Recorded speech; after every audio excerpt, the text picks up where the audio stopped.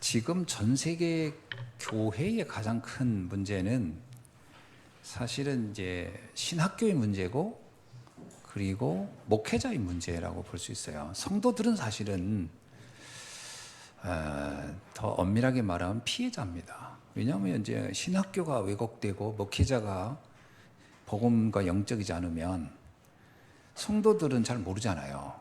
그러니까 그 성도들은 그 목회자의 메시지를 들으면서 신앙생활을 하니까, 그러다 보니까 성도들이 목회자의 영적 상태를 분별할 수 있는 그런 어떤 기준이라든가 이런 것이 있으면 좋은데, 뭐 그거를 처음부터 그거를 갖고 있지 못하기 때문에 그냥 세상 사람들이 보기에 저분이 훌륭해 그러면 그냥 훌륭한 줄 아는 거죠. 근데 그 훌륭의 기준이 영적인 것보다는 육신적인 것이 훨씬 많습니다.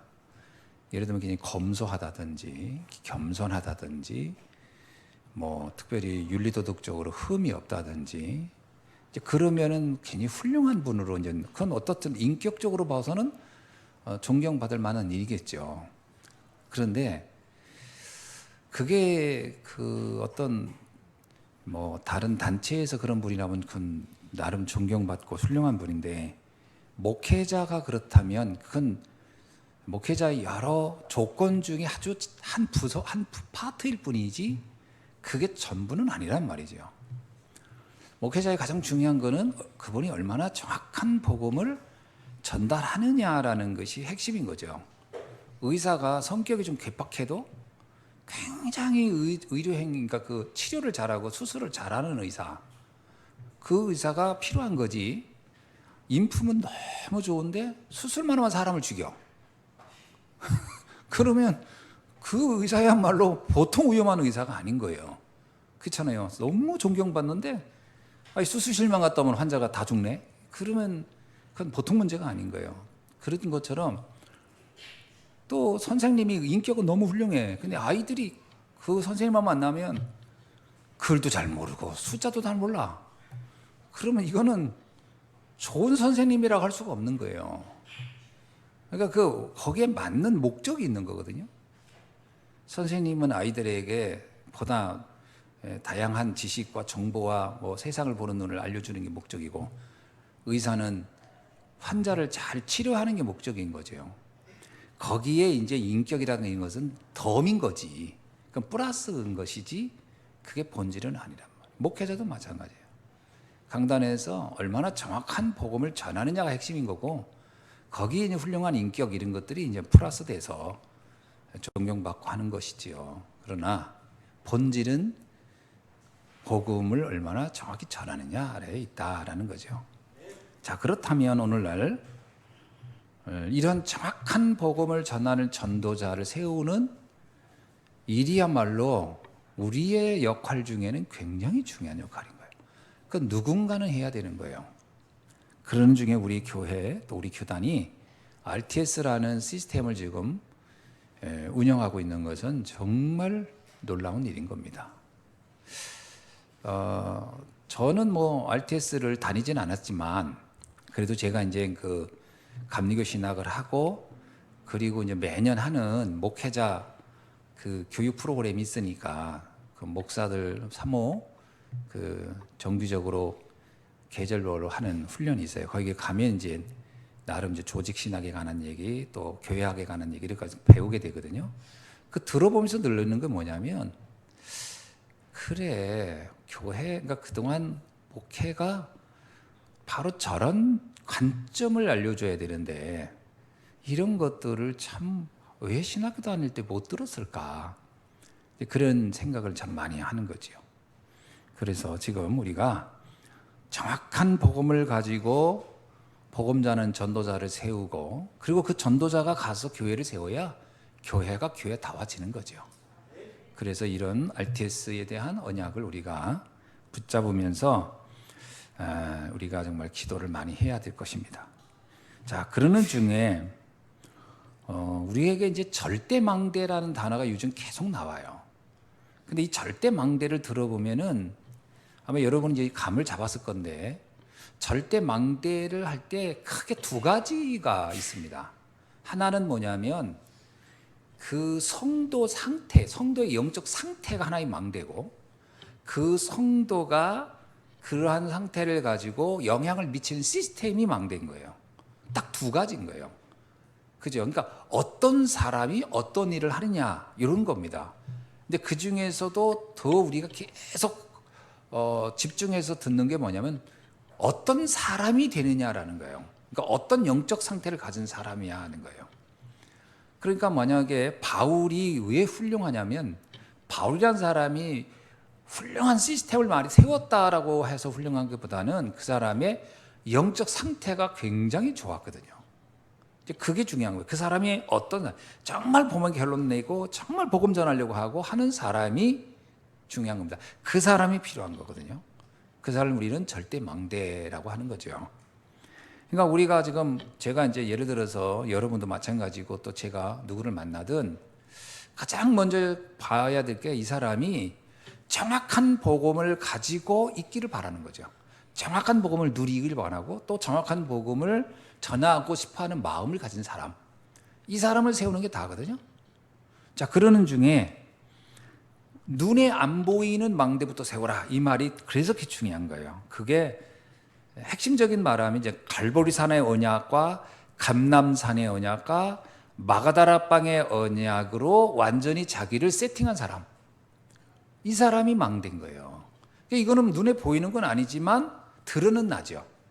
예를 들어 요셉이라는 사람이 그 사람이 뭐 무슨 공부를 했는지 뭘 훈련 받았는지 모르겠지만 그 사람이 보디발 집에 왔을 때의 모습을 통해서 그의 영적 상태, 그의 상태가 드러난 거죠. 보디발이 볼 때, 그 감옥에 있는 간수가 볼 때 드러난 거예요. 야, 이 사람은 환경의 영향을 받지 않네, 상황의 영향을 안 받네, 요 정도 돼야 돼요. 그게 복음이 힘이라는 거죠. 그게 망대입니다. 그래서 절대 망대라는 얘기는 뭐냐면 절대로 흔들리지 않는 나의 영적 상태를 만들어라. 그죠? 흔들리지 않아야 되거든요. 조금만 서운하다고 신앙생활을 하니 안 하니, 조금만 섭섭해도 뭐 믿음이 뭐 떨어지니 않다 이러면 망대가 모래 위에 지은 것처럼 너무 허약한 거예요. 모래 위에 지은 거. 조금만 경제 어려움만 와도 신앙생활 못 하겠다 하고, 조금만 건강에 문제가 와도 막 그냥 신앙생활이 막 안 되고, 그러면 이 망대가요 너무 약한 거예요. 너무 약한 거예요. 그러니까 우리가 뭐 요셉 얘기 들으면 우리 상태하고 너무 거리가 멀어가지고 와닿지 않을 수도 있어요. 야, 그 사람은 그 양반은 완전히 다른 인물처럼 볼 수 있지만 요셉의 얘기는 그 얘기입니다. 어떤 상황에 있어도 흔들리지 말아라. 복음으로. 그게 망대 중에 망대입니다. 근데 이게 어떤 면에서는요, 이게 환난 때도 이게 필요한데, 환난이 아닌 굉장히 내 상태가 주변 환경이 좋을 때도 문제예요. 제가 탈북자들 보면서 진짜 많이 느낀 거예요.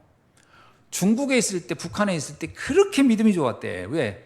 이 또 사람이 환난이 오면 또 사람이 강해지는 사람도 있어요. 아, 근데 한국에 보면 다 무너지네.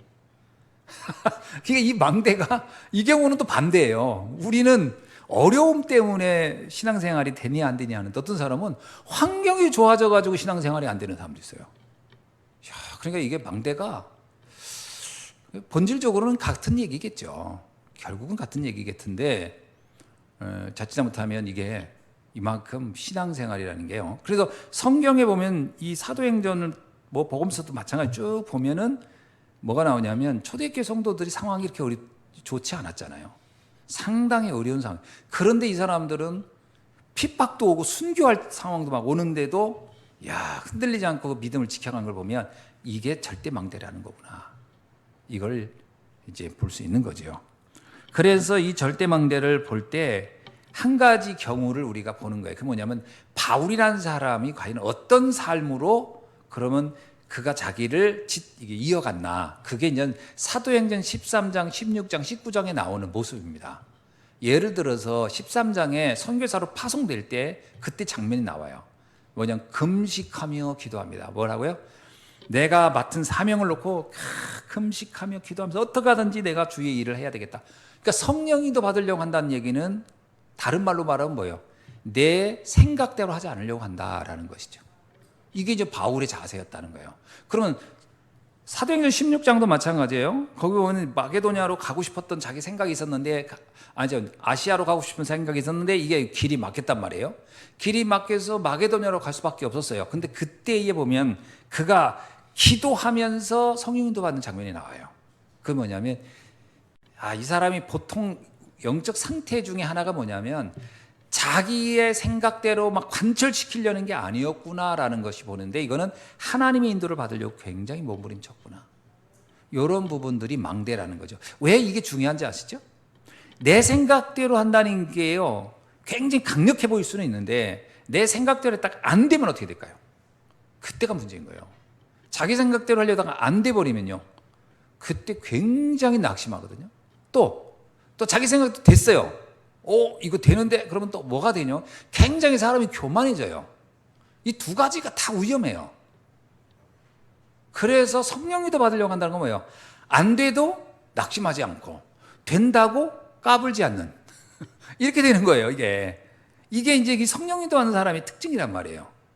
그게 그 바울의 상태가 너무 좋았다.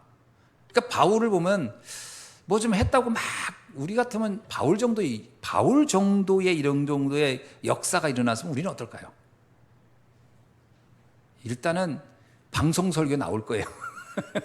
그리고 막 타이틀을 막 할 거예요. 내가 막 고린도 교회 몇만 명 모여, 에베소에 얼마 모여, 나 다음 어디로 간다, 막 이러면서 막 어마어마하게 자기를, 그리고 막 불의 종, 능력의 종, 막 그런 거 막 이따마는 현수막에다가 포스터 붙이고 다녔을 거예요. 그러면 막 다니면서 이야, 불의 종이 오네 이 도시에, 막 이러면서 대단했을 겁니다. 근데 바울은 아니에요. 뭘 한다고 해서 된 것도 아니고 이룬 것도 없고 아무것도. 나는 죄수 중에 괴수요. 그러니까 자기가 부끄러워서 말을 못해. 내가 뭐 좀 사람들이 선생님 그러면 야, 나 옛날에 나 기독교 많이 죽였어. 나 그런 얘기 다 들을 자격이 없어. 그러니까 너무 겸손한, 이게 이 사람의 영적 상태. 자기를 절대 드러내지 않아. 그러면서 오직 하나님을 드러내는. 그러니까 이런 망대가 필요하다라는 거죠. 우리에겐 이런 망대가 필요하다. 자, 그래서 두란노 가기 전에 성령인도 받으려고 그렇게 기도하고요. 그러니까 가서 제자 사역할 때 보면은 조용히 숨어서, 두란노라는 곳에 숨어서 하고, 결국 이들이 나중에 역사를 바꿔버리는 거죠. 이게 망대다. 그러니까 영적인 상태와 그 상태를 가지고 했던 시스템, 이 두 가지가 조화를 이루는 것이 절대 망대다. 이렇게 볼 수 있을 겁니다. 그렇게 되면 이제 그 사람에게 사람이 붙는다는 거죠. 우리가 뭐 알잖아요. 사람이라는 걸 이렇게 지켜보면, 야, 이 사람 참 괜찮네. 그러면 사람이 붙잖아요. 그래서 그게 3천 제자, 5천 제자가 이제 일어나기 시작한 거다라는 얘기입니다. 자, 그런 중에 오늘 이제 망대를 세울 때에 우리들이 점검할 겁니다. 사실은 우리들이 한번 점검해 봐야 되는 거예요. 나의 영적 상태 점검이라고 볼 수 있어요. 첫 번째가 뭐냐면, 나는 어떤 관점을 가지고 있나, 나의 바꿀 거예요. 내가 무엇을 나는 복받은 것이다 라고 생각하는 건지, 그죠? 나는 뭘 응답이라고 하는 건지, 뭐가 내가 축복이라고 하는지, 그 개념이 정확한지 점검해보자. 이거 되게 점검해봐야 돼요. 왜냐하면 우리가 요거를 이해 못하면요, 신앙생활하면서 이런 착각을 해요. 나는 되는 게 없어. 이런 착각을 진짜 많이 하거든요. 신앙생활하면서 나는 왜 응답이 없지? 그럼 그 응답이라는 걸 정확하게 뭘 전제로 했느냐라는 거예요. 그게 바리새인과 서기관들이 생각했던 거하고 예수님이 생각한 거하고는 완전 달랐거든요. 바리새인 서기관들은요, 육신적으로 뭔가 잘 되는 것을 복이라고 생각했단 말이에요. 근데 예수님은 그렇게 보지 않았어요. 하나님 앞에서 그가 인정받고 쓰임받는 것이 그게 복이다. 그 다른 점이잖아요. 그러면 여러분 생각해 보세요. 내가 하나님 앞에 지금 쓰임받고 있다 그러면 여러분 어떤 사람인 거예요? 여러분이 복받은 사람인 거예요. 야, 난 복받은 사람이야. 이 생각을 해야 되거든요. 근데 이 복의 개념이 틀려버리면 여기서부터 이제 삐딱해, 쉽게 말하면 여기서부터 이제 뭔가 방향이 틀려버리면은 모든 게 이제 집의 기초가 틀려버리면 나중에 문제가 되잖아요. 제가 옛날에 케냐 갔는데 진짜 웃기더라고. 케냐 갔는데 사모님이 이제 그 집이 3층, 그러니까 4층짜리 그 연립주택 같은 데인데 계단 올라가는데 내가 계속 올라가면서 계속 그 계단에 발이 걸리는 거예요. 그래서 왜 그랬더니 계단 높이가 다 달라. 이야, 계단 높이 다 다르니까 올라갈 때마다 내가 본능적으로 우리 계단의 높이를 계산하고 올라가잖아요. 이렇게. 그럼 올라가면 탁 걸리고 어떤 건 발이 쑥 들어가고. 그래서 내가 여기 올라가면서 왜 이렇게 자꾸 걸려요 했더니 이거 이 사람들이 손으로 이렇게 뺨을 자해가지고 이렇게 해서 이렇게 계단을 만든 거래. 이야, 진짜 대책 안 쓰는 거예요. 아니 이거 줄자를 좀 덮고 귀찮으니까 이게 막 높이가 다 달라. 그래서 내가 너 황당하다. 그래서 갔더니 현관문이 안 닫혀. 왜 안 닫히냐 했더니 정사각형이 아니야. 이게 정사각형이 아니니까 문짝이 안 들어가. 그래서 한쪽을 막 정으로 막 부셔가지고 이제 만드는 거예요. 그래서 참 기가 막히다. 그러고 들어가서 그게 연립주택을 그렇게 지은 거예요. 방에 갔는데요. 탁자라든가 이 테이블은 정사각형이잖아요. 벽이 정사각형이 아니야. 그래가지고 다 이만큼씩 막 이만큼씩. 내가 가지고 누워가지고 이야 케냐스럽다. 진짜 케냐스럽다. 야 이거 진짜 너무했다 그랬더니 그분이 하는 얘기가 뭐냐면 이거를 하는 사람이 질 데 없었대요. 이 재는 사람이. 이 사람이 많잖아 가지고 다른 데로 출장 가는 바람에 이 공사기관을 입고 그러니까 자기들이 그냥 한 거야. 이걸 딱 재주는 사람이 있어야 되는데 이 집이 그래서 싸대요. 이 집이 싸서 목사님 내외가 온 거래. 왜냐? 이게 안 맞으니까 사람들이 안 오는 거야. 그 자기는 그래도 저렴하게 왔대. 그 와서도 뭐 괜찮다는 거야. 그러듯이 막 두께는 또 얼마나 두껍게 했는지 튼튼하더라고. 그래서 내가 그때 당시 정말 재밌었어요. 내가 그때 이럴 수도 있구나. 이런 거 있어. 이게 기준이 안 잡혀 있으면 문제가 되는 거예요. 기준이. 우리 신앙의 기준이 있어요. 바꿀 게 뭐냐? 복이 뭐냐? 이게 명확해야 돼요. 네? 기도도 마찬가지예요. 내가 뭘 기도할 거냐 그러잖아요. 너희는 이거 달라 저거 달라 막 이런 기도하지 말고 그의 나라와 의를 위하여 기도하라. 예배 막 사람들한테 보이려고 하고 막 예배 드리는 것 자체에 만족하고 그러지 말고 골방에서 조용히 하나님 앞에 정말 하나님이 기뻐하는 예배를 드려라. 이런 얘기들이 이제 쭉 쓰여 있는 거예요. 이거를 우리가 점검해보자. 나의 신앙과는 어떤 것들로 돼 있는가 한번 점검해 볼 필요가 있지 않느냐. 천국이 뭔지. 우리가 천국 하면 죽어서 가는 것만 생각하는데 아니잖아요. 보면은 흑암이 결박되고 그죠? 그리스도의 성령의 능력으로 흑암이 결박되면 이미 너희 가운데 하나님의 나라가 임하였느니라. 그리고 천국 비유가 많아요. 하여튼 다양한 비유들을 많이 하고 있지 않습니까? 그런 걸 보면 우리가 천국이라는 개념이 죽어서 가는 것이라고 이렇게 너무 막이라고 생각한 게 아니라 이 땅에서 우리가 하나님 나라를 어떻게 하나님이 확장해가고 거기에 내가 어떻게 쓰임받을 것인가 이런 것들이 참 잘 기록되어 있구나. 이렇게 해서 나를 점검해보라는 거예요. 그러니까 우리 신앙인들이 이런 점검을 잘 안 해요. 그냥 내가 원래 생각했던 것 그대로 그냥 믿어버리는 거지. 이런 경우가 너무 많다. 그리고 그리스도를 어떻게 이해하느냐. 그죠? 세례 요한처럼 엘리야처럼 에레미야처럼 선지자 중에 한 명 이렇게 착각해서 이해하지 말고 정확하게 주가 그리스도이심을 믿어야 된다. 그죠? 그다음에 변화산에도 마찬가지입니다. 엘리야도 사라지고 모세도 사라지고 그리스도만 남았다 그러죠. 율법 그죠? 그다음에 여러 가지 이스라엘의 어떤 전통 규례 이런 것들이 문제가 아니라 오직 복음이다. 이런 부분들이 우리가 정확하게 봐야 한다. 그러니까 우리도 모르게요. 우리들이 신앙을 가만히 보면 율법은 아니에요. 그죠? 우리가 율법이 아니에요. 우린 율법 아닙니다. 율법이면 뭐예요? 안식부터 정확히 지켜야 되거든. 율법적이라고 하는 것은 정결 예식부터 일단 남자들은 다 할례 받아야 되고 율법적이라는 것이 아니에요. 우리는 어떻게 보면 유교적인 거예요. 우리의 신앙관이 유교적인 것이지 율법적이지도 않아요. 잘 자세히 들어가 보면. 그죠? 그래서 복음적이어야 됩니다. 진짜 오직 복음으로 그것에서 결론 내야 할 줄로 믿습니다. 그 결론 냈다는 게 뭐예요? 그 눈으로 모든 걸 볼 수 있어야 돼요. 사람들 실수할 수 있어요. 근데 이걸 윤리와 율법과 도덕적 관점에서 보면요 실망합니다. 저리 가지고 기독교는 되겠어? 이게 이제 우리 가지고 있는 논의의 틀일 수 있어요. 근데 복음의 눈으로 보면요, 하나님이 저런 사람도 하나님은 쓰시는구나. 저런 사람도 하나님 변화시켜서 하나님이 나라를 위해서 귀하게 쓰려고 하는, 이렇게 보여지면은 달라지죠. 그러니까 이걸 다 복음의 눈으로. 근데 이게 될까요? 잘 돼야 안 돼요? 안 돼요? 의외로 잘 안 돼요. 나도 잘 안 되더라고. 나도 일단 한 번은 율법으로 봐요. 일단 율법을 딱 봐. 아유, 저 인간이. 그러다가 한참 지난 다음에 이러면 안 되는데. 그다음에 복음으로 이렇게. 이게 잘 안 됩니다. 그러나 이 기간이 이제 빨리빨리 짧아져야 되죠. 짧아져야죠. 그죠? 최소한 이게 몇 분 정도 사이로만 되면 좋죠. 이게 이런 하루 정도만 지나가도 성경에 나오잖아요. 분을 품어도 해가 지기 전에 풀어라. 하루 정도만 가도 그나마 굉장히 괜찮은 거예요. 근데 이제 이게 막 일주일 가, 이게 막 한 달 가, 그럼 그건 진짜 곤란해지는 거죠. 요 기간이 짧아져야 되는 거죠. 모든 걸 복음의 눈으로 볼 수 있습니다. 자, 이렇게 바꿔줘야 돼요. 그러니까 망대가 세워질 때 이런 것들이 잘 안 바뀌기 때문에 망대가 잘 안 세워지는 거예요. 그러니까 계속 실망하고 낙심하고 막 그렇게 되는 거죠. 두 번째는 나에게 남은 것은 뭐냐? 하나님은 나에게 준 것이 뭐지? 그러니까 내게 준 걸 찾아내야 돼요. 뭘 줬죠? 세계복음화에 대한 사명.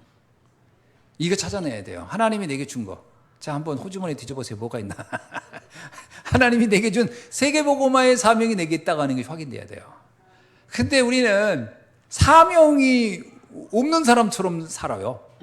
사명이 없는 사람처럼. 아무것도 난 호주머니 없어. 다 비었어. 하나님이 당신에게 뭘 말씀했어요? 들은 소리가 있어야지.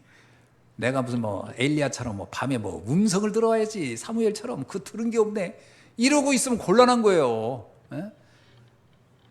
길동아, 길동아, 너는 어디 가거라. 꼭 이렇게 들어야 갑니까? 말씀에 써 있잖아요. 모든 민족, 모든 족속에게 가라고. 아멘. 내가 그걸 읽었어. 읽는 순간 그 말씀은 내게 명령한 거예요. 맞아요, 안 맞아요? 아니에요?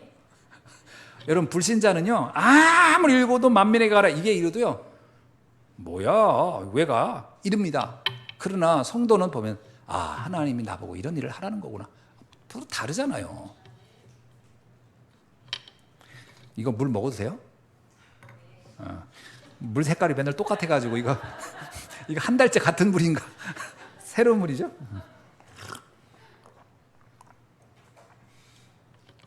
음식이 좀 짰나 봐. 맛있는데 짜네. 역시 음식은 짜야 맛있어. 아무튼 그래서 우리가 내게 준 거, 하나님이 주신 거가 뭐냐? 세계복음화의 언약 줬다는 거예요. 이건 진짜 기억해. 왜 내가 이 얘기를 하냐면요, 제가 복음 알아듣고 되게 충격받았잖아요. 충격받고 나서 1차 합숙을 갔다 왔단 말이에요. 1차 합숙을 갔다 왔는데 그때 이제 사모가 나한테, 내가 왜냐면 본인은 모르니까 기억도 안 날 거예요. 나한테 뭐라고 하냐면 1차 합숙 탁 갔다 오니까 질문을 하더라고. 갔다 오니까 뭔가 뭔가 이렇게 생각이 바뀐 게 없냐는 거예요. 그래서 내가 뭘 바뀌긴, 예수는 그리스도지. 왜냐면 가면 그것만 계속 들었으니까 예수는 그리스도다. 그때 그러냐고 하더라고. 그 다음에 두 번째 팀 합숙인가를 갔다 온 거예요. 갔다 오는데 또 묻더라고. 이번에는 뭔가 들리는 게 없었냐. 그래서 내가 이상하죠. 예수는 그리스도밖에 안 들린다 그랬어요. 그랬더니 아닌데 그런 거예요. 그래서 내가 뭐야? 당신은 뭘 들었나 했더니 세계복음화라는 게 들렸다는 거예요. 본인한테. 근데 그 얘기 듣는 순간 내가 세계복음화라는 단어가 있어? 내가 그랬다니까. 왜냐하면 그게 왜 안 들렸냐면 목사님이 계속 그리스도 세계복음화 얘기했을 텐데 내가 그리스도에 대해서 너무 은혜를 받으니까 그것만 집중해 듣는 거예요. 그러니까 세계복음화라는 단어는 그냥 여러 예화 중에 하나로 들어버리니까 그게 내게 가슴에 남지 않았던 거지. 그 나는 집사님 오더라. 자기는 막 세계복음화가 남아가지고 막 너무 가슴이 뛴다는 거예요. 우리가 세계복음화 할 사. 내가 그 얘기 듣는데 똑같은 강사한테 들었는데 왜 나는 세계복음화가 안 들렸지? 이게 되게 쇼킹했던 거예요, 내가. 그래가지고 그 다음에 합숙을 또 들어간 거잖아요. 3차. 그래서 이번에 내가 가면서 생각한 거예요. 이번에 내가 세계복음화를 들으리라. 왜냐면 이게 안 들렸다 하니까 세계복음화를 들어야 되겠네. 그러면서 가가지고 앉아서 이제 그리스도는 이제 안 했으니까 세계복음화 나올 때마다 세계복음화, 세계복음화. 그래가지고 이제 세계복음화를 쏜 거예요, 계속. 그래서 내가 그걸 왜 하냐면 지금요 합숙훈련 갔다 온 거기 보니까 세계복음화를 집중해서 듣자 써 있더라고. 그 위에 이렇게 써 있어. 세계복음화를 집중해 듣자. 나 너무 웃기잖아요. 그러면서 이제 받아 쓴 거예요, 계속. 세계복음화. 쓰고 나니까 딱 끝날 때쯤 딱 머리가 딱 띵한 거예요. 왜냐하면 내가 왜 성경에서 모든 민족, 모든 족속, 땅끝 이런 단어들이 왜 나하고는 아무 관련이 없다고 난 들었을까? 왜 이런 단어가 나하고는 그거는 초대교회 사람들이나 다니는 그 사람들만 관심 갖는 단어라고 느껴졌을까? 이것도 사단이 나한테 혼미하게 한 거구나. 그게 굉장히 그때 깨달아진 거예요. 그러니까 그다음부터는 계속 세계복음화라는 단어가 머릿속에서 떠나지 않더라고요. 우리가 자칫 못하면요, 하나님 내게 주신 것이 세계복음화인데 이게 없는 것처럼 있을 수 있어요. 의외로 없는 것처럼 느껴진다니까. 그리고 그거 들어도 나하고는 아무 상관없는 것처럼 들린단 말이에요. 근데 사실 이거는 굉장한 손실이에요. 이거는 구원하고는 상관이 없는 얘기긴 하죠. 근데 이거는 축복하고는 상당히 관련이 있어요. 하나님이 내게 경제를 준다 할 때 내가 구원받는 것 가지고는 경제가 그렇게 필요하지는 않아요. 그렇죠? 내가 구원받는 데 필요한 경제는 교회에 올 수 있는 버스비만 있으면 돼요. 교회에 오는 택시비만 있으면 돼요. 교회 와서 그 말씀만 듣고 가면 되니까. 그러니까 내가 구원받는 데 필요한 경제는요, 예배 드리는 데 들어가는 돈 외에는 필요하지 않습니다. 경제가. 그런데 세계복음화의 눈이 열리면 경제 단위는 바뀌는 거예요. 일단 비행기를 탈 정도가 돼야 되는 거예요, 이제 경제가. 이제 버스비에서 비행기 값으로 바뀌는 거예요. 왜? 어떻든 세계복음화는 여러 민족, 다민족 다 세계를 바라봐야 되니까. 내가 세계복음화 관심이 하나 없는데 굳이 비행기 타고 세계 다닐 이유는 없는 거 아니에요. 그러나 세계복음화가 딱 되면은 선교사님들의 삶에 대해서도 사명자를 파송하는 이런 거가 관심이 오기 시작하기 때문에 내 경제 규모가 확 바뀌는 거예요. 기도 제목도 바뀌는 거고. 그래서 빛의 경제가 그때부터 가동되기 시작하는 거예요. 그 전에는 빛의 경제라기보다는 그냥 촛불 경제. 촛불 경제. 그렇잖아요. 뭐 교회 가는데야 뭐 큰 돈 필요하나? 까짓 거 뭐 400원, 500원만 있으면 가지. 그러나 이제 세계복음화 하려면 400원, 500원 가지고는 안 되잖아요. 규모가 확 달라져. 이게 하나님이 내게 준 축복. 그죠? 그럽니다. 교회도 마찬가지잖아요. 우리 교회도 우리가 세계복음화라는 언약을 놓고 교회를 보세요. 그럼 우리 교회가 갖춰야 할 그릇은 완전 바뀌는 거예요. 다민족. 이거 해야 되겠구나. 치유사역도 해야 되겠구나. 뭐 우리끼리 모여서 예배 드리는데 굳이 뭐 그런 시스템이 필요해. 그냥 예배 드릴 때 그냥 은혜롭게 잘 이렇게 시원한 데서 따뜻한 데서 드리면 되지. 그러나 이게 세계복음화 언약을 딱 잡으면 시스템을 확 바꾸어야 되는 거예요. 확 규모를 달리 봐야 되는 거예요. 그렇지 않고는 절대 안 되는 겁니다. 제가 이번에 구영호 목사님, 제주도 그 목사님하고도 같이 이렇게 말씀을 드렸는데 그 목사님 지난번에 재미난 얘기 하더라고. 자기가 본부 훈련 코로나 때문에 안 왔잖아요. 안 다녔는데 그 안 온 동안에 몇 천만 원이 남더래. 그분은 비행기를 타고 항시 제주도에서 오잖아요. 한 번도 내가 볼 때 화요 집회, 그 다음에 새가족 무슨 한 번도 빠지는 적이 본 적이 없어요. 항시 비행기 타고 오죠. 그래서 내가 비행기 마일리지도 어마어마하게 했겠다고 그랬더니 하는 얘기가 맨날 그 티웨이에다가 뭐 그것만 타고 왔다 갔다 해서 마일리지도 잘 안 쌓인다고 그러긴 하더만. 그래서 엄청나게 왔다 갔다 하는 거예요. 그러면서 그 공항에 가면 자기가 이렇게 딱 그 티켓 하면요, 그 사람들이 목사 거기 다 한대요. 목사님 또 가세요. 직원들이 또 몇십 년간 계속 와서 끊으니 그런 사람이 많지 않잖아요. 이거 목사님 또 나가시는군요. 또 그래가지고 자기는 이제 가면은 공항 가면은 자기가 거기 그 표 끊는 사람들한테 유지가 됐대요. 항시 늘 보니까 그 하는 얘기가 그러면서 이제 은혜 얘기하는 거예요. 내가 맨날 육지 나가는 것만 해도 거기서 내가 했는데 이제 아르메니아까지 가는 거 보니까 하나님이 이제 경제를 더 넓힐 것 같다고 뭐 이런 말씀도 하시던데 우리의 시야를 확 넓혀야 됩니다. 내게 준 거예요. 그거 찾아내셔야 됩니다. 그래서 사도행전 1장 1절로 8절이 뭐죠? 땅끝 증인이에요. 이게 우리에게 준 하나님의 남은 선물이다. 내게 남은 것이 뭐냐? 세계복음화 땅끝이라는 언약을 주셨다. 그리고 우리에게 미래 살릴 언약 주셨어요. 그래서 우리가 후대 살려야 돼요. 후대. 하나님은 우리에게 후대에 대한 언약을 주셨어요. 이거는 진짜 전 렘넌트라는 단어 처음 들었을 때 그때 느낌이 있어요. 뭐냐면 렘넌트라는 단어 딱 들었을 때 아니 그냥 청소년이라고 하면 되지. 제가 왜냐면 그 우리 청소년 뭐 이런 것이 이제 되게 많이 들으니까 청소년이라고 하면 되지. 굳이 그 구루 뭐죠? 이렇게 렘넌트라고 할까? 또 구루터기라고 하면 되지. 굳이 렘넌트라고 할까? 근데 렘넌트를 번역한 게 구루터기잖아요. 렘넌트를 번역한 게 구루터기잖아요. 근데 렘넌트를 번역한 구루터기는 렘넌트라는 의미의 아주 부분적인 해석이에요. 원래는 구루터기라는 단어로 해석되어지는 것만은 아니에요. 어떤 면에서는요, 이 렘넌트란 말은 남은 자라고 번역할 수도 있고, 그리고 짜투리라고 번역할 수도 있고요, 시작점이라고 번역할 수도 있고, 번역은 다양합니다. 근데 그 중에 우리나라는 그냥 구루터기라는 단어로 선정을 한 거예요. 그러니까 이 단어 하나가 갖는 해석이 되게 제한되어 버린 거죠. 그래서 렘넌트라는 단어를 쓰는 이유는 그 단어가 갖는 그 의미가 갖는 그 포괄적 의미를 회복하기 위해서는 단어를 그거로 선택하는 게 낫다. 나중에 이게 이해됐어요. 나중에. 그러니까 청소년이라든가 구루터기라고 하면 의미가 축소돼 버리는 거죠. 축소되는 겁니다.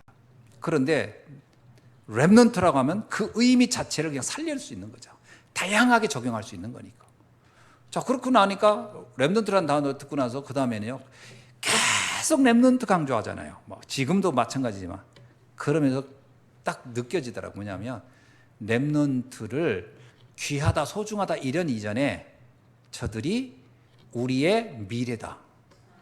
아, 우리의 미래는 저들이구나. 이렇게 연결이 되면 미래가 사라진 나는 오늘은 저주예요. 우리에게 미래가 없다. 그럼 우리의 오늘은 저주예요, 사실은. 마찬가지 아닙니까? 그래서 미래는 우리의 축복이에요. 그래서 렘넌트는 단순히 그냥 어린 아이들에게 뭐 잘 되라, 미래 훌륭한 사람 되라 이런 정도가 아니에요. 우리의 축복이고 우리의 미래예요. 그러니까 이 렘넌트 키우는 일은 어떤 면에서 우리의 미래를 준비시키는 거예요. 우리가 미래 때문에 할 게 많지만 그중에 최고는 후대를 키우는 것이다. 이게 하나님이 우리에게 주신 것, 그죠? 그래서 예수님이 베드로한테 그러잖아요. 내 어린 양을 먹여라. 내 어린 양을 키워라. 왜 그랬을까요? 이 사역은 베드로 같은 나이 먹은 사람으로 끝날 문제가 아니에요. 그 다음으로 계속 이어져 가야 할 사역이기 때문에. 마찬가지 아닙니까? 저도 제 나이가 이제 이 정도 되니까 이제 이 교회를 이끌어갈 우리 중직자, 다음 세대 중직자들이 세워져야 되겠다. 이런 생각들을 하게 되는 거잖아요. 그걸 놓고 우리가 어떤 발판을 놓고 갈 건가 이런 생각을 하게 되는 거죠. 이게 우리에게 주신 하나님이 주신 남은 것. 세 번째는 뭐냐? 이제 우리가 도전할 겁니다. 뭘 도전할 것이냐라는 거죠. 어떤 문제가 와도 우리가 잡은 이 언약을 포기하지 말아야 되는 겁니다. 이거는 진짜 그러니까 아무리 힘들어도 하긴 해야 돼요. 옛날에 우리 부모 세대들은 이제 자녀를 위해서 황소도 팔고 막 그랬잖아요.